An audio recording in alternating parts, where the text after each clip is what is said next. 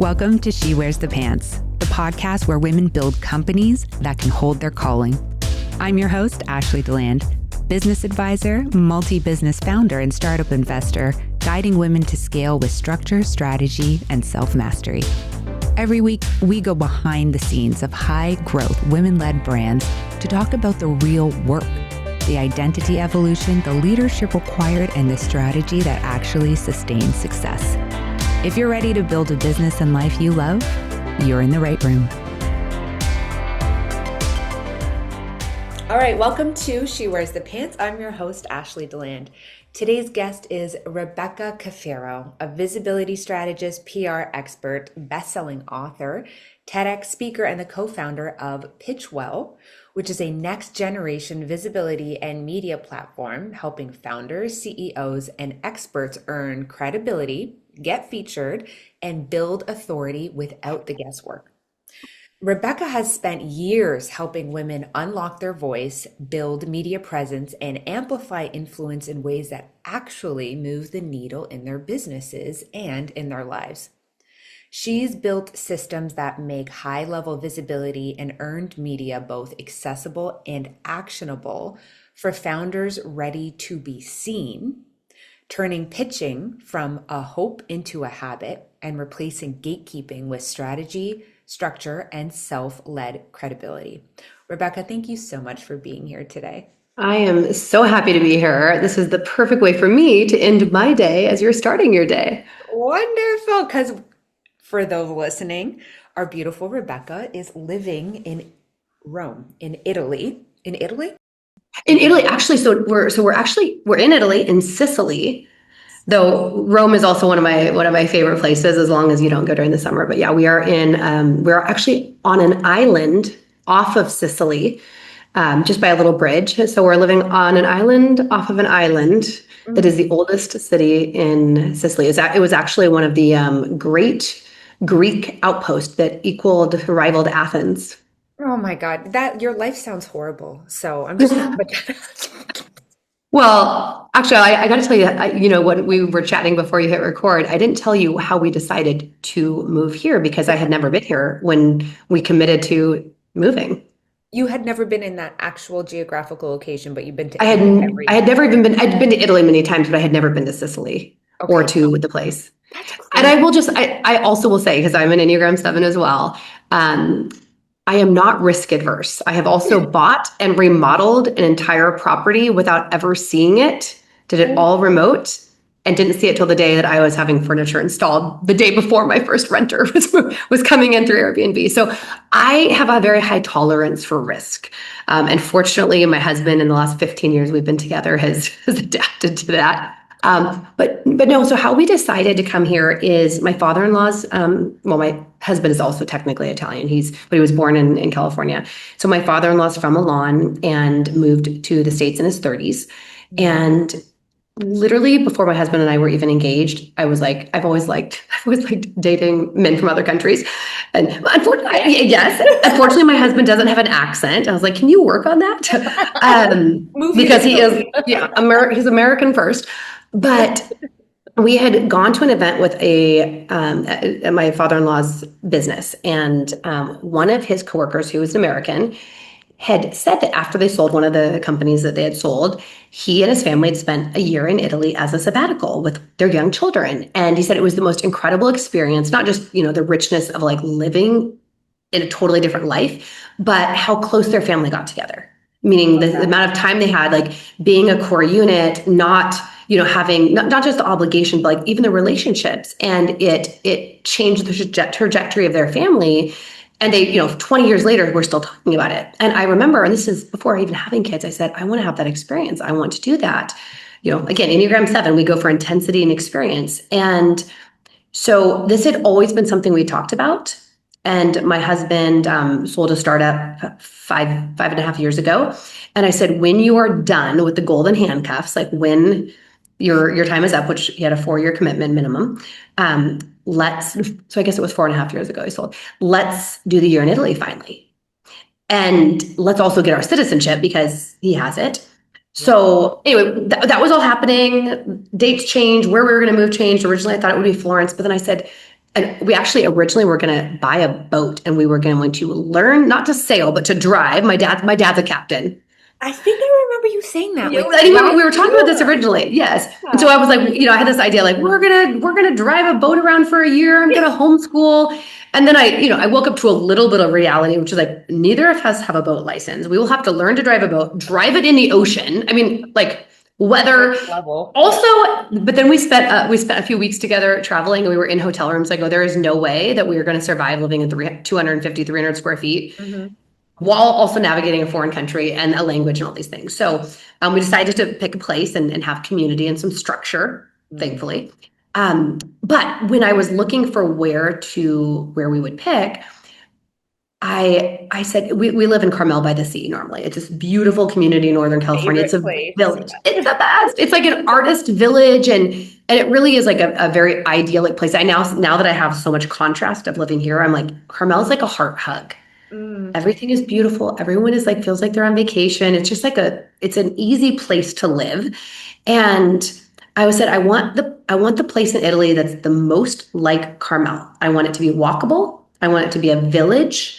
Um, I want really great weather as much of the year as possible. What else did I say? We need to be close to the water. That's a big thing is we in California, we're like 5 blocks from the beach and like we do daily walks with the dog. And I was like, I've lived in Vegas. I've lived at other places. I don't want to be landlocked. And the last thing is I said, I want a place there's not a bunch of Americans because I want to actually learn Italian. And I knew if we moved to a Florida or a Rome where so many people do speak English, the moment English accents are like the absolute, I should say American accents are the worst. I don't know about Canadians, but are the worst sounding accents to Europeans. I've been told by many people now. It's unmistakable. So when you just try to speak Italian with a American accent, they know you're American and they instantly respond in English. Here, let me put it this way. The teachers at my kids' school who are Italian, it's an Italian public school, they don't know any English, like maybe hello, like nothing.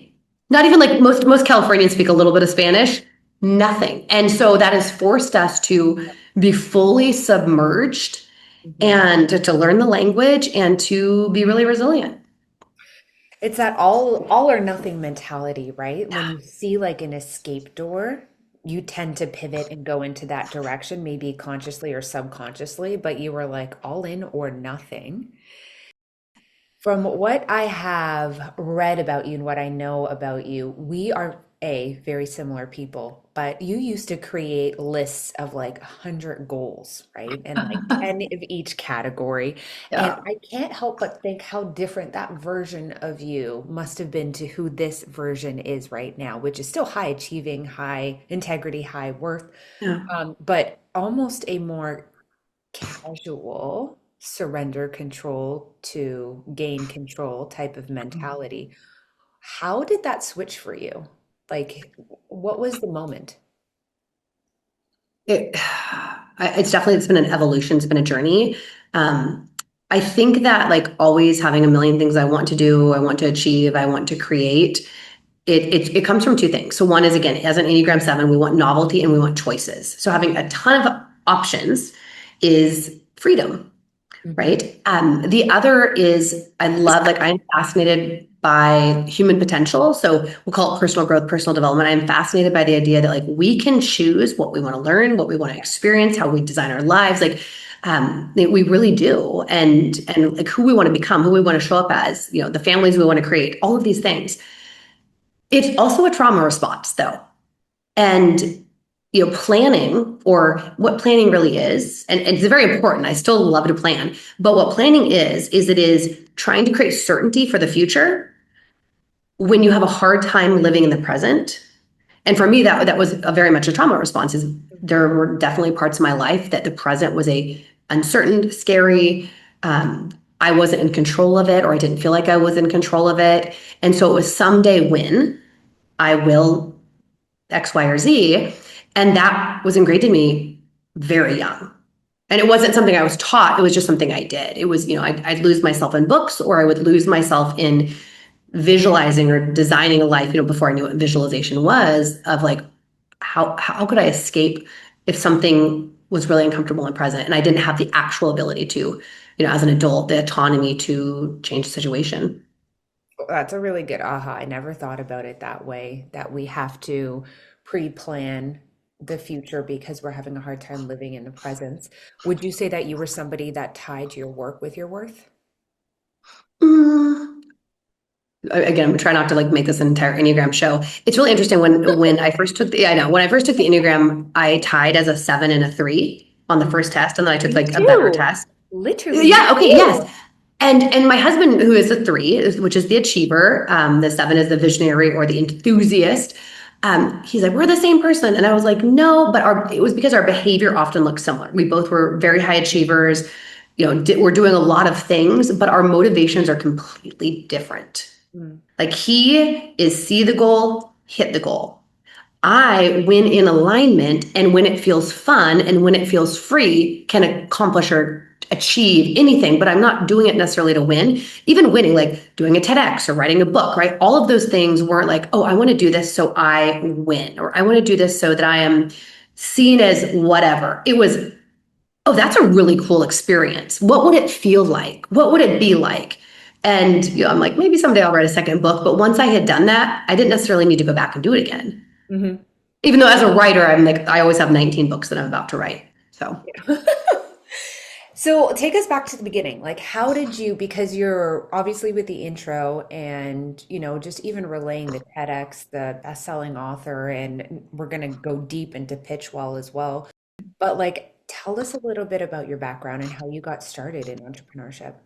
sure. So I never wanted to be an entrepreneur because my parents were entrepreneurs. My mom's a CPA. My stepdad is a water well driller, and my dad is a commercial fisherman. So I grew up in between two homes that were very blue collar and also very ruled by seasons and legislation, rules, ordinances. And I said, there's no way, because I would, this is the old days when you had what do you call it? An answering machine with a tape in it before you could even call in, right? And it was like, I felt like that answering machine was like our life, right? It was like, who's calling? And your business was focused on that. Holidays were taken around the seasons or the weather. And there was times of the year that it was feast, and there was times of the year that was famine. Yeah. And I just was like, I don't want to be ruled by all these things. I don't want to be ruled by the seasons and the weather and all of this. And to me, I mean, I've always loved writing. I've always loved communicating. I've always been very curious. Like, I ask questions. I need to understand things. Like we said today, like, when stuff is going on in the world, especially if there's injustice, like I want to understand all of the pieces. Why it's happening. I want to understand it in order. And so I always was just a natural writer and storyteller. And I did journalism and yearbook in middle school and then in high school. And actually in high school, I was the yearbook editor as a sophomore, and as a junior, actually taught the class. And then I finished basically high school early. I didn't graduate, but I had finished my credit. So my senior year, I worked at a college newspaper, and then I student taught at another high school, taught their yearbook class, because I just loved it. And then ironically, I loved it. I loved it because, again, it's like it's the telling of the human experience, Yeah. and what filter or lens do you put that through? So I went to college for journalism and wrote for a daily paper while I was in college, and also like bartended and did makeup and everything else I could do because I put myself through school, and then after college, I started to realize, like my senior year, I went, if I continue to do journalism, I am going to have to continue to have a bartending job to pay for my journalism job. Mm-hmm. Because we were making literally less than minimum wage. And I loved it, but I was like, ugh, growing up, my mom was a single mom until I was 8. And so growing up in a household where there was a lot of stress about finances, I was like, I just want more stability. And so I ended up going into real estate sales. Actually, on the developer side, I worked for 2 different publicly traded companies that were, like, at the time, Fortune 150s. And one, it was exciting because you're meeting new people every single day. And I never thought I wanted to be in sales, but it was like, oh, actually what you're doing is you're learning about someone, you're learning about a product, and you're seeing if they're a match. You're qualifying. And this was during the boom in America. This was like 2003, 4, 5, 6. And I was working in Las Vegas. It was dog years of experience. I have seen some crazy stuff, at a young age. And I made literally, I was making close to $500,000 a year when I was 25, 26. It was stupid, which also I was really fortunate at that young age to have to not only break, but like bust the ceiling out of the financial model that I'd grown up in, which is the only way you can make $100,000 a year more is if you were a doctor or a lawyer. Or the hustle. My mom had 3 jobs at one point to afford food. Oh, I never, I mean, my parents hustled. And I guess that, my parents were business owners and looking back, they got to a pretty comfortable place, but there was still a lot of narrative around lack. Even when probably they were making a significant amount. It was very much money doesn't grow on trees, all of these things. So I got into sales, started making a lot of money, went up through the ranks because I was, my managers used to say, you are the unique balance of a lot of people can either sell or they can manage. And I could do both. I could sell really well, but also manage people. And I was like, you're my partner in this where I'm not your boss. I'm not here to tell you what to do. I'm here to support you in achieving whatever your goal is and the company goal. And so I did really well in that. I was in that career for 13 years. And the last 7 years, I was a vice president of sales and marketing, the last few years for California. So, and also the broker for the state. So, our last year, I oversaw $400 million of sales with a team of 43. And again, I got into, my first management job, I was 26. Like I look back and it was such a perfect storm of opportunity. I feel like I was very fortunate and then I worked very hard. And it just worked for my personality. But I always, actually, I'll tell you a story. So when I was 26 and I was like killing it, making money and all these things, I hired my first life coach. And this is 20 years ago. This is when life coaching wasn't really a thing. I hired my first life coach and I remember going in for the first session and she's like, okay, like tell me kind of like about your life. Like, where are you going? What do you want? And I like launched into this whole like very LinkedIn, like I'm doing this and I was top salesperson and not like, I wasn't trying to brag, but I was like, here's all the things happening and it's exciting. And I'm going to be I'm going to be like the CEO at 40.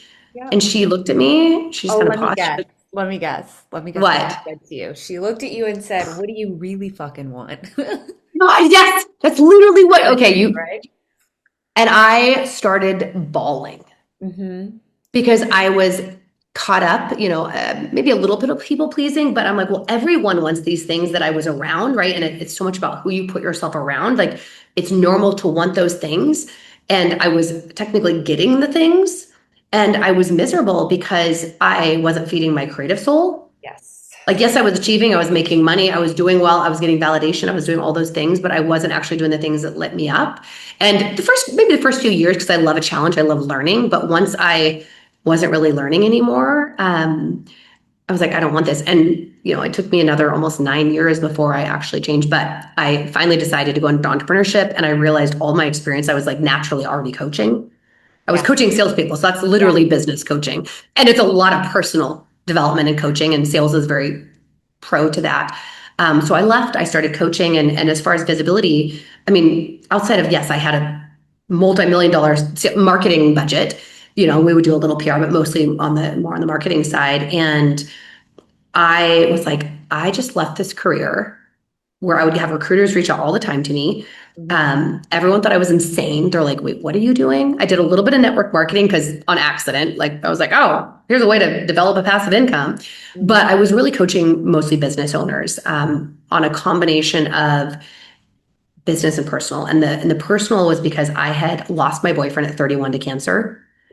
And I would, I'll try to make it like the cliff notes of like despair, but when the market crashed in 2008, I was 28. I had built at that time like a multi-million-dollar real estate portfolio, investment accounts, etc. I, in about a 1-year period, I shouldn't say lost, I know where I went, got divorced, watched everything I'd built just disappear as the market crashed. Because again, I was in Vegas and I was leveraged in Las Vegas. I had houses. I had bought an island in Belize. That sounds so crazy. It was really cheap. It was at the time $250,000. Like I was like, that's so cheap. So I did all these like cool things, and then it just all disappeared. It didn't disappear. I watched it as everything disintegrated. Right. I was dealing with anxiety attacks. I was working. I was like short selling houses. Had a really toxic relation after that. And then proceeded to date a wonderful young man who gets diagnosed with stage 4 cancer. And so I had some I didn't have a dark night of the soul. I had about 4 years of it. And my cardiologist will tell you it was like crushed my immune system, my adrenals, and like put such stress on my heart that it's hard to know where I was before that. Gave me a lot of I'd say discernment, but it also showed me when life isn't so hard, you're going to be way more grateful for when it's good. Yes. And you're going to pursue joy and happiness and fulfillment more than you are financial fulfillment. I mean, just money, success, validation. And so when things were much better, I met my husband, he's my soulmate, we've been together 15 years. I'm trying to think, I wanted to have kids and I was like, I do not want to have children while working in corporate. I had seen like the going back to work after 4 or 5 weeks, just the stress. And I was like, I just don't want to do that. So when I left to start coaching, the issue was I was about 2 years in and I felt very plateaued. I was like, okay, I was making good money. Yep. I was, making 6 figures. I still felt like I was working hard and I just didn't see like a curve of like, it's getting better. And so I said, what can I do to differentiate myself? I know I'm really good at what I do. I know that my clients like are getting transformations. And so my old journalist brain kind of went, what about doing some PR? Like differentiate yourself, get some buzz, get some press. And I went out and interviewed these 3 different PR agencies and said, here's my goals, kind of here's my areas of expertise. And what are your thoughts? And they were like, oh, we'll do this and this and we'll get you visibility. But I would ask them, okay, and how do you plan to drive, how does it convert to sales calls? How does it convert to changing rates, differentiation, booking out programs, email list growth, all of these things? They could not give me an answer. And I was like, so you want me to spend $30,000 to hopefully differentiate myself, but like you actually have 0 path of how it will lead to conversion. So like we're legitimately like throwing money in the toilet and just like hoping we get lucky. And so I said, no, I'm not going to spend that amount of money. And I started just trying to do it on my own. I was like, I remember enough from being on the other side, on the journalist side. And in the next year, I had like 20 publications. I started having some speaking opportunity. I just started asking or finding opportunities, getting gritty and resourceful. And the ironic thing is I never studied PR. I studied print journalism, newspaper writing. And so I had one of my clients said, how are you getting all this media? Will you teach me? I said, well, I mean, I'm an anti-gatekeeper. I'm like, well, I can teach you, but I don't really know what I'm doing. Like, I am sure you should go out and hire an agency. And she goes, well, you may not know what you're doing, but you're getting stupid results. But you're doing it. Yep. And it's working. And I went, okay. And she was, to be fair, she was actually my old national vice president of sales at the last company I worked for. And she was very much into like curriculum development. And I was like, you know what, let's just try this. Because she's going to give me honest feedback. I've known her for years. And so I took her through kind of the formula I had built out, the process that I'd built out.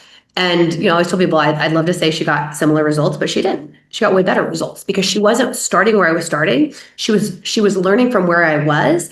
And of course, she was actually doing the things I told her, not like in a sloppy way.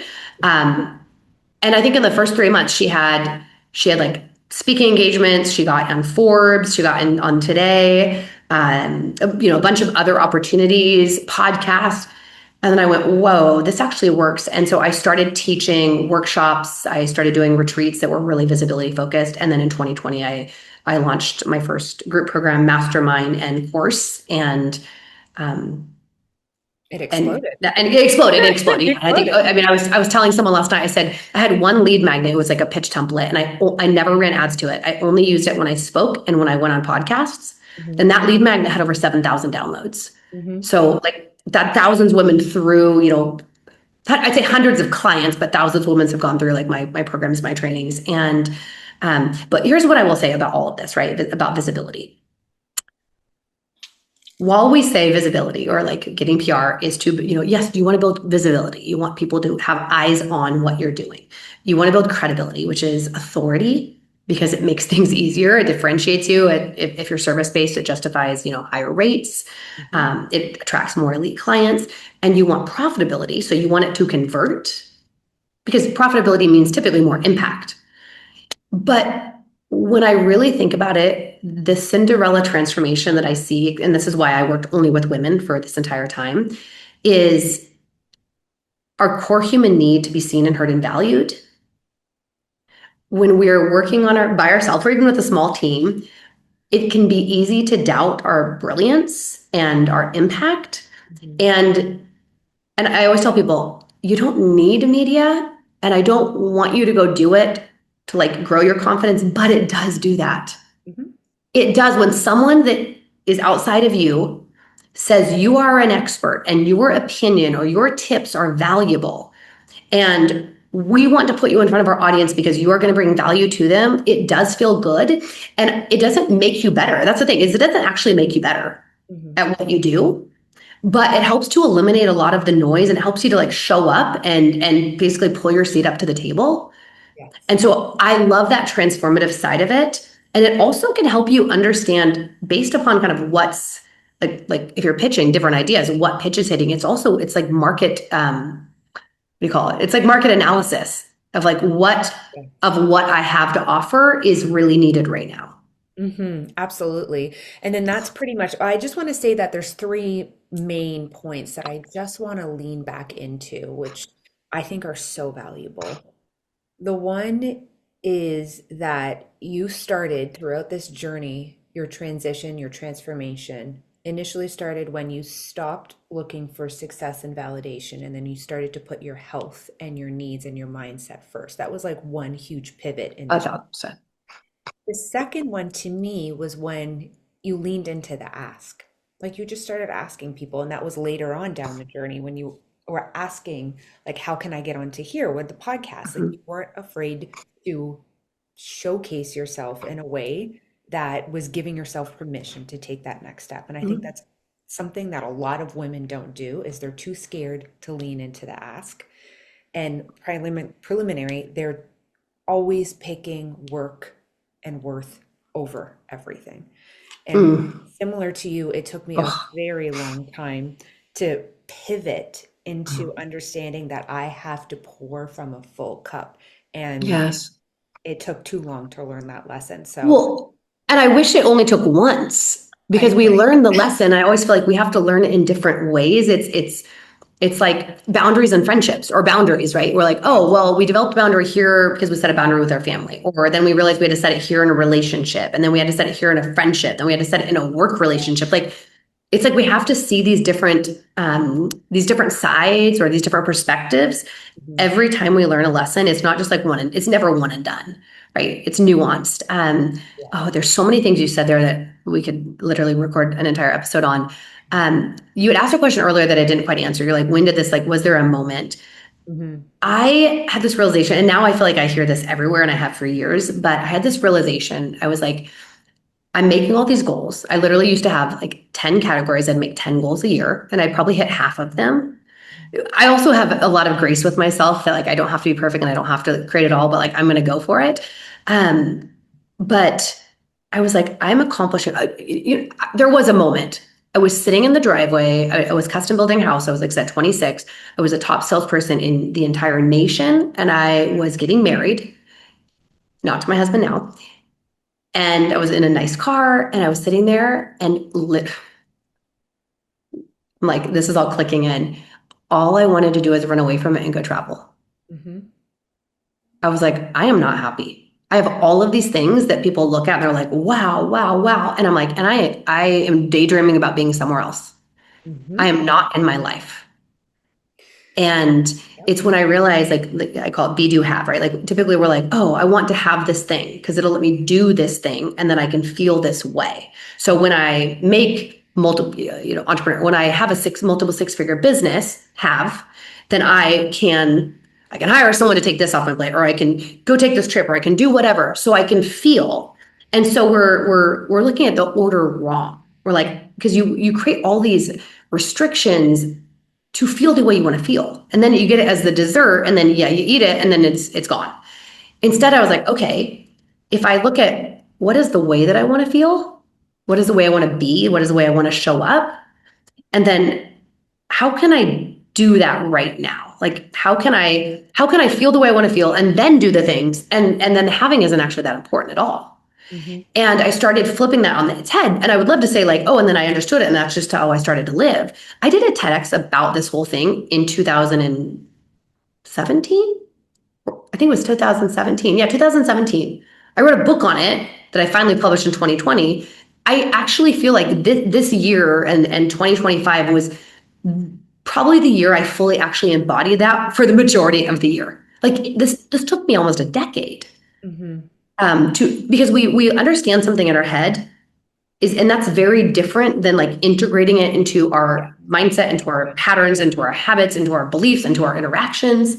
And what I would say is when you get really clear on how you want to feel, and that discerns your behavior, your choices, etc. Like last year, my word of the year was integrity. Mm-hmm. I was like, I want integrity in every area of my life. Yes. And I want to be in integrity, which means if I say something's important to me, I'm going to show up for it, right? Or if I say I want clear communication, that means I'm willing to have hard conversations, not just transparent conversations. And it felt so good, even though sometimes it was hard, but it's like you do the hard thing up front and then you don't slowly die a slow death for a long time, that now is become part of my identity. Yes. And so this year, and that also created a lot of discernment. And this year I'm like, this year is about boring old consistency. Lovely. Which is the least sexy thing. And it's like the last word I thought a 7 would ever have is I'm like, just consistency. And there's some areas of my life I'm very consistent. There's some I've struggled. And I'm like, consistency, the idea of it isn't sexy, but man, the results you get, the true freedom is from consistency. Yeah, that is very, very true. My word this year is service forward. I actually decided a few months ago to operate, live, and think as if I never needed to make another dollar in my life. And how would that look? And it was so simple to, dear God, please use me for a bigger purpose than myself. And to me, that was service forward. Oh, good. And I think it's really important what you're saying, that the reinvention and the transformation is a consistent, modality within entrepreneurship. And that just because we are conditioned to go to school and work for the corporate and question why we're not happy doesn't mean that we do have the choice to run away and, recreate ourselves, or even stay still and recreate and transform. And that fear of the unknown and that I'm not sure what I'm doing moment is actually part of the plan. And we share that, both of us, by We starting do. up a tech platform and having no prior tech experience. And I want to lean into that because I hear this a Yeah. lot as a, business advisor for over a decade, is I'm just not sure what I'm doing and I don't know how I'm going to accomplish it. And I think I just want to spew permission into the ears of the Yes. people listening. Spew. I love that. It's the best thing you can spew. So talk to me about Pitchwell, and Yeah. obviously, this amazing story. It's almost like watching a movie, right? And everybody in the audience is like, oh, she obviously developed something beautiful that can help and be of service on global impact. Like we're Right. watching it being like, wow, this is such a beautiful 360 moment. But experiencing it and executing it, as we mentioned, is so different. So tell me about Yeah. how Pitchwell came So about. there's a few things I want to answer that, like things I want to share first. And so I'll tell you what they are so I don't forget. So one, I want to talk about the being comfortable with being uncomfortable. Number 2 is I want to talk about the importance of putting yourself around people that have bigger vision than you. We'll call it the upward spiral. And number 3 is the balance between confidence and humility. So if you can remind me of those, because sometimes I don't take a straight path. And then of course, so what is Pitchwell, and like why do I feel like this is the biggest piece? Like this is the legacy that I will leave. Yes. Hopefully not the last one. It will be the evolution. It is now. So to the first one, what I realized, like, I think we all, like, whether it's procrastinating through perfectionism, like we all get to a point where we're like, oh, I don't know how to do this, or this feels uncomfortable, or there is risk, and we often stop. And when I left corporate and I started to realize that when I put myself into a situation where I felt really uncomfortable, and I'm not talking about morally or ethically or like risk uncomfortable or like you're gonna die.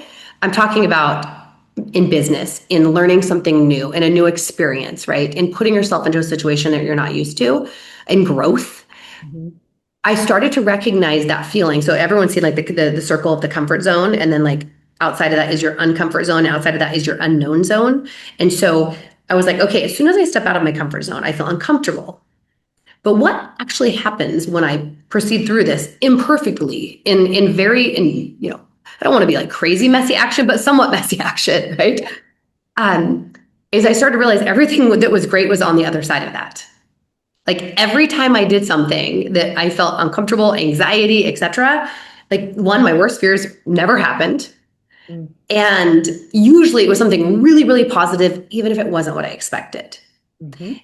And so I don't know if I trained myself in, I didn't know that I did this like on purpose, but I started to realize that sensation of that discomfort, that fear, that was actually the feeling that I needed to look for, because whatever I was doing on the other side was where I was, what I wanted.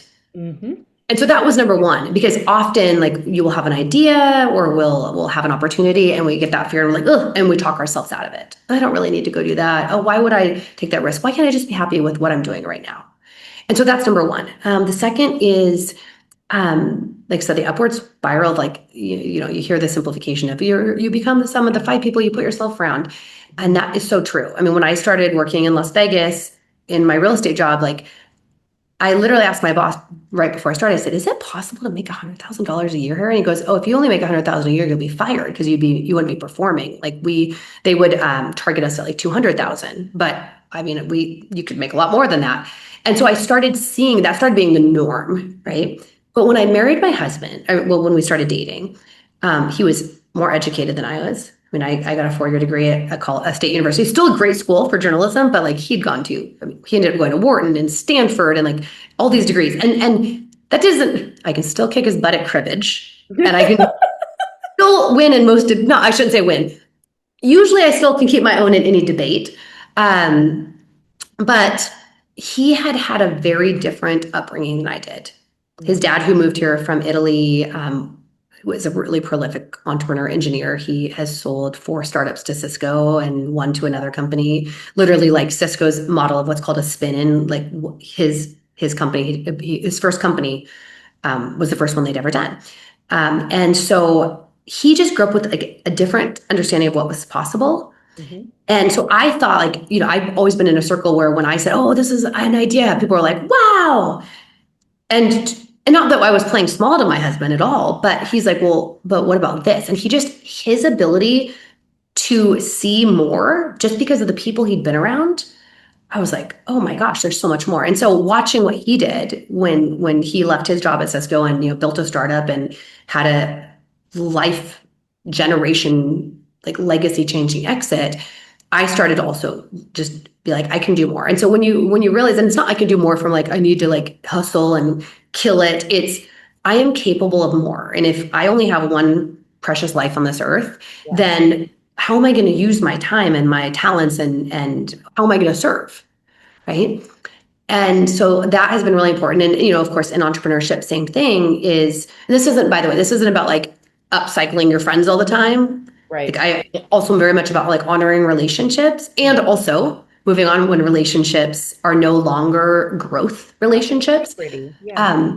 Yeah, but like I'm in a peer mastermind this year with all multiple 7-figure entrepreneurs. And it's like, sometimes I'm like, oh my gosh, some of the things that these people like do on a daily basis, which are not necessarily the same areas I work in, but like it's so just normal to them that it shows you what's possible because it's not glorified. It's not just like, oh, I'm going to put that on my manifestation board. I can literally say, tell me how you did this. Like, how'd you grow this company to 30 million in this space? Like, talk to me about it. Like really, and so the more that you can spend time with people that have done incredible things, but are also open about it, and of course, always bring value to those relationships. Okay, the third thing. I think it's why we're such advocates of not gatekeeping. Because Yes, when you're relaying that information, you're also giving them the energy behind it too. Like, this is 100%. how you do it, and I will show you. And I feel like that is such a rarity still in the Yes. world of women entrepreneurship.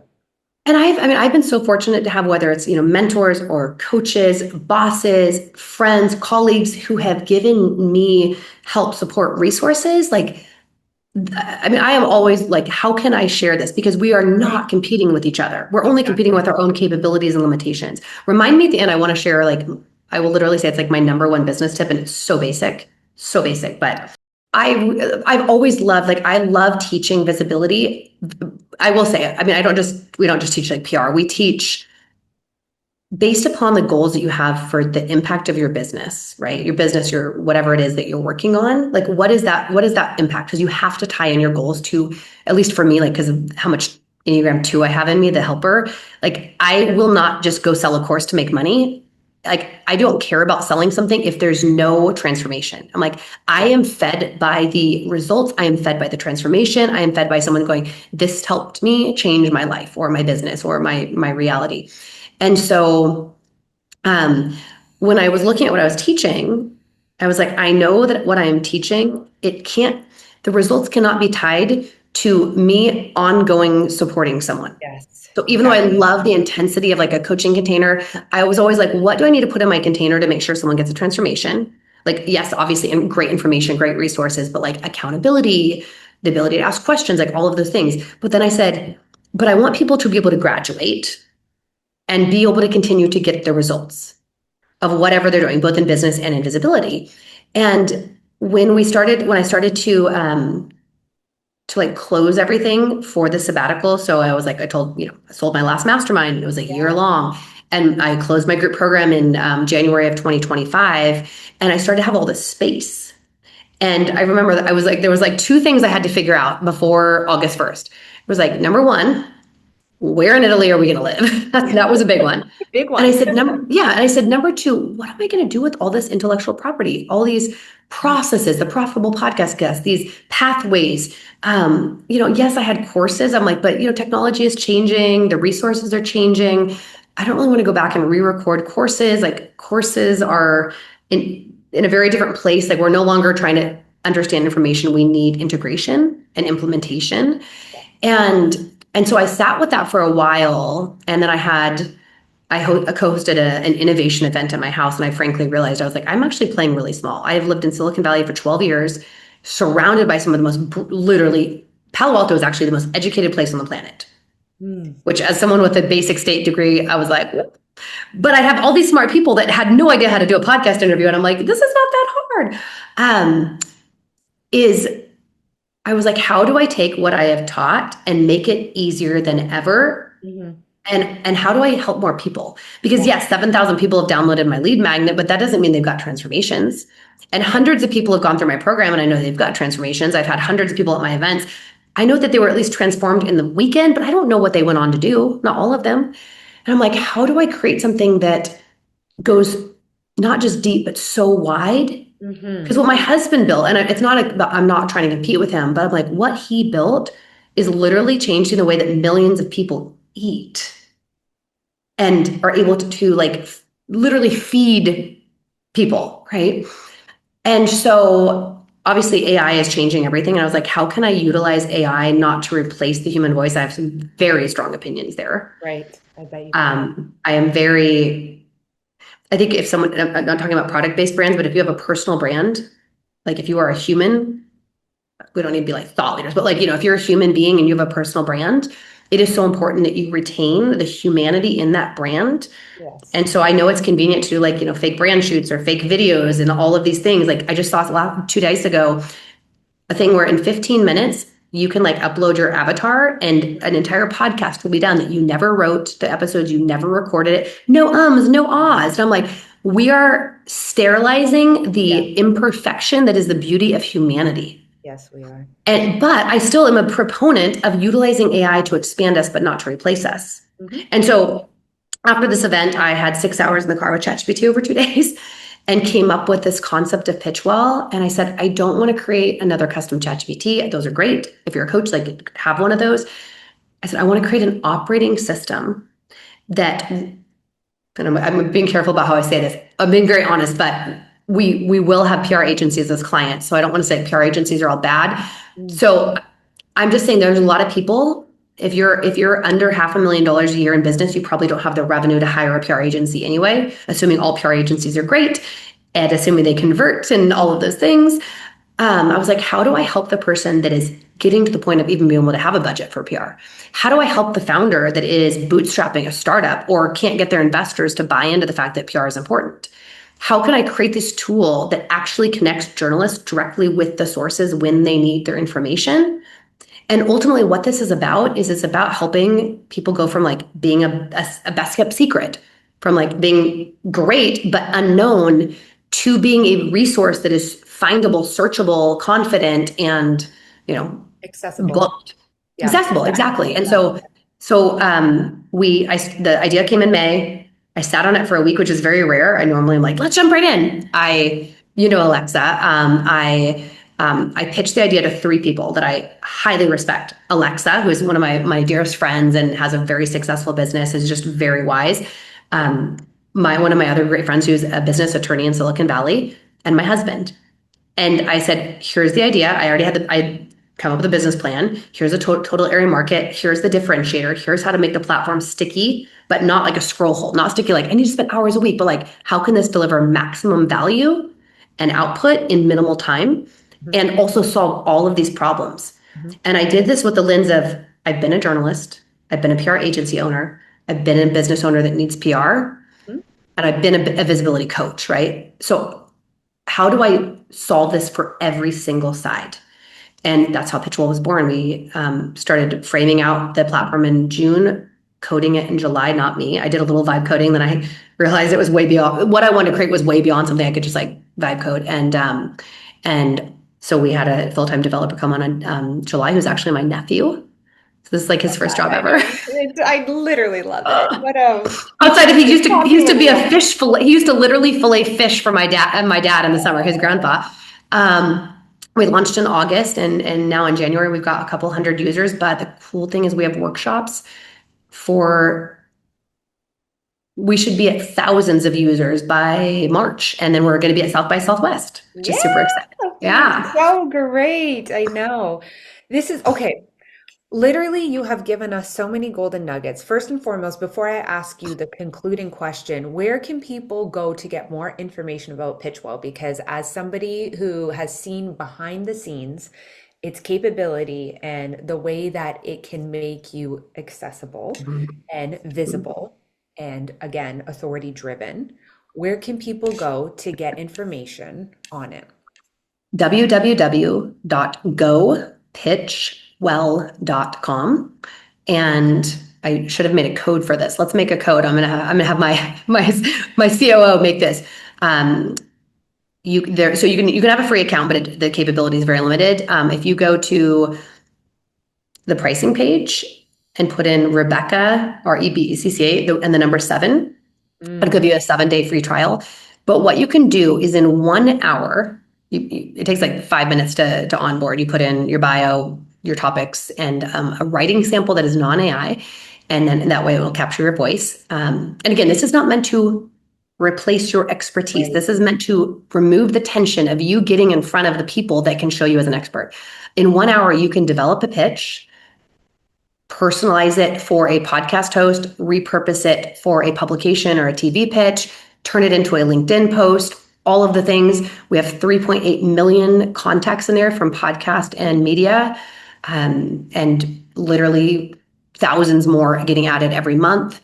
And what it does is, in about an hour a week, you can create not just the same output as a PR agency, but I would actually argue much higher output. And when I say higher, but I'm not just saying about like spray and pray pitches, but high quality pitches that also are going to develop your authority. Yeah. And then you can, if you want to follow along with like what it's like to build a tech startup, like who moves from Silicon Valley to Sicily to build a tech startup? If you want to follow along with just that journey, and I post a lot of on my stories, like a lot of like Italy like pulls out my creative, emotional, sensitive side, like just like living as a mom and a founder in Italy on very much the wrong time zones. Then you can follow me on social at Rebecca Cafiero. Yeah, that's it. And then of course come say hi. Amazing. Okay, so Rebecca 7. Go pitch well done. Rebecca 7. Okay, our signature She Wears the Pants question. Looking back on your journey of wearing the pants, what message do you want to relay for future generations of women in business? Don't wait till you feel ready. That is a myth. You will never feel ready. If you feel ready, you're probably already too late, or you are too cocky. If there's something that you want, you're like, I'm not quite ready. And obviously, like, we're not doing brain surgery here. Like, you should be ready when you're doing brain surgery. If you don't feel ready, the action of actually taking the step is the initiation into readiness. Yeah. As soon as you feel ready and prepared, then that is a sign that you're ready for the next level of growth. Exactly. It's like time to, amp it up a notch. And that doesn't mean you can't sit in the luxury of being and appreciating what you've created. I heard one time, like, this woman described herself as the most grateful and yet unsatisfied person ever. It's like, how can I be so grateful for everything I've done, I've experienced, I've created, and also want to continue to push the boundaries of human experience and impact. So I think that's it. And so the third thing was the balance between confidence and humility. Is that your business tip? The simple business tip? That's, but I'll make it quick because I know we're at time. I think what I see out there is I see either people that are brilliant and not confident, and so they're not willing to take risks, or they're not willing to ask for things, or they're not willing to put themselves out there. And what that is it's a disservice to your idea. Your idea is not you. If you've read Big Magic by Elizabeth Gilbert, like the idea is fluttered through the universe, landed on your shoulder like a butterfly. And if you said, I am going to do this thing, you have a soul contract to bring that to life. So your business, that business or that idea, that passion, that legacy is outside of you, and it is your responsibility to bring it to life. On the other side, especially in the online space, I see a lot of, I guess the word now is signaling, or like fake it till you make it. And I think that's very, very dangerous, of like leveraging, whether it's like, resources, wealth, et cetera, and like showing it, but then not necessarily backing it up. So like there is this happy balance, and there's this amazing female venture capitalist, Jessie Draper, who is so brilliant. Follow her. She interviewed for an event I had, and she said something that I'll never forget. And she's like, the best founders are honest, transparent, curious, and willing to take advice, and willing to ask for help. They don't think they know it all. Okay, then the last thing, the tip that I would give everyone, and you and I, we live by this in business, is, especially as a woman in business, we only get where we're going to go because someone has helped us along the way, right? Yeah. There's no such thing as a one-woman show. Right. If we, once a week, intentionally helped someone else out in our space, if we intentionally either gave a resource, an introduction, we would change the face of business. Yes. And so that's really it, is it doesn't mean you have to like do huge sweeping things, but like at least once a week, like, how can I help someone else? How can I move things forward? Live by that, because you doing that is going to impact someone else, and they're going to say, oh, I want to do that too. I love the way that made me feel, or the opportunity she opened up, or the connection she made. And again, I mean, literally the ripple effect would be huge. I couldn't agree with you more, is just to pass it forward, right? Like, pass it forward. Mom duty is calling. Thank you so much. Oh my gosh, of course. For gracing us with just you, your presence, your energy, your intellect. You are a woman that I greatly admire, and you're the real. So thank you. Likewise. For sending We're getting behind the scenes right now. This is my 6-year-old Valentina. Got some B-roll going. Oh yes, and what I will say, I mean, because this little girl, Enneagram 8, 4, 7, spice is an understatement. Is that's what, as a human and a mother, like, my biggest goal is to expand my edges constantly, so I can hold all of what she is without ever making her feel suffocated or smushed. You're doing it, boo. You are doing it. Thank you so much for being a part of this. Thank you. This was She Wears the Pants, where women rise into what they're meant to hold. If this episode moved you, changed you, or challenged you, send it to a woman you want to see rise. Make sure you're subscribed so you never miss an episode. And if you're ready for deeper strategy, identity expansion, and high-level support, you can find me on Instagram at Ashley Deland. Until next time, keep leading boldly, building intentionally, and becoming the woman your calling requires.